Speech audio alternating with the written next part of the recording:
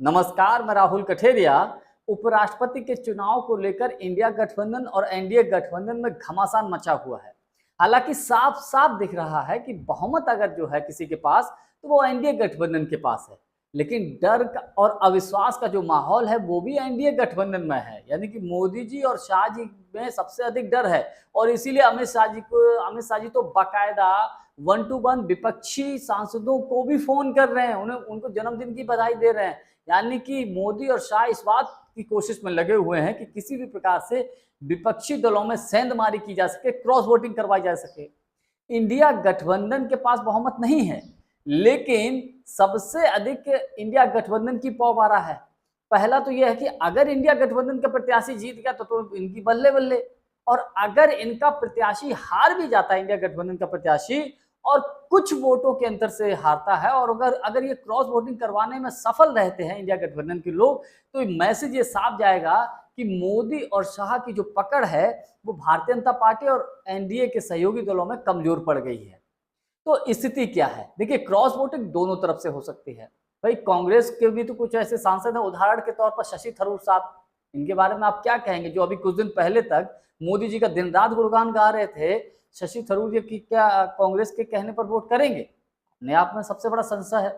लेकिन दूसरी तरफ वो लोग जो अभी कुछ दिन पहले कॉन्स्टिट्यूशनल क्लब के चुनाव में खुलेआम एक तरीके से कह सकते हैं कि साहब अमित शाह जी के प्रत्याशी के खिलाफ वोटिंग किए हैं, तो क्या वो बीजेपी के लिए वोट करेंगे? हालांकि इंडिया गठबंधन के जो प्रत्याशी हैं रेड्डी साहब, उन्होंने तो खुलेआम कहा है कि भाई देश के संविधान के लिए अपने जो है आपको वोट करना चाहिए। तो कुल मिलाकर दोनों तरफ से जोड़ तोड़ की काम चल रहा है सांसदों को। अच्छा, एनडीए की तरफ से, बीजेपी की तरफ से नड्डा साहब ने डिनर दिया, वो कैंसिल हुआ। मोदी जी ने डिनर दिया, वो कैंसिल हुआ। लेकिन कल कहा जा रहा है कि बीजेपी की मीटिंग हुई, सांसदों को मीटिंग बुलाई गई। और बड़ी खबर यह है कि मोदी जी के अंदर कितना डर है, अमित शाह जी के अंदर कितना डर है, इसको आप ऐसे समझिए कि मोदी जी पहली दफा सांसदों के साथ बैठे नीचे, और वो भी पीछे साइड में बैठे थे, ऐसी खबर है। अब सोचिए ये क्या है, ये डर ही तो है।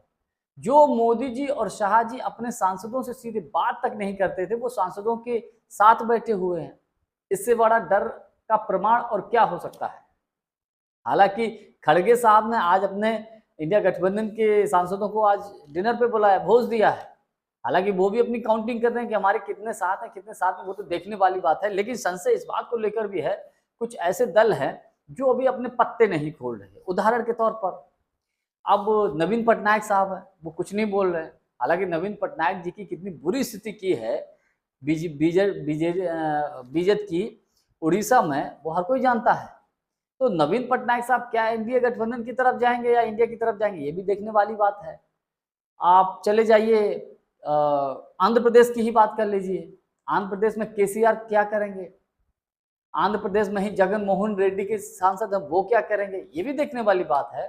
तमाम ऐसे निर्दलीय सांसद है, वो क्या करेंगे? हालांकि ओवैसी साहब तो खुलेआम कह चुके हैं कि अब हम इंडिया गठबंधन के साथ हैं।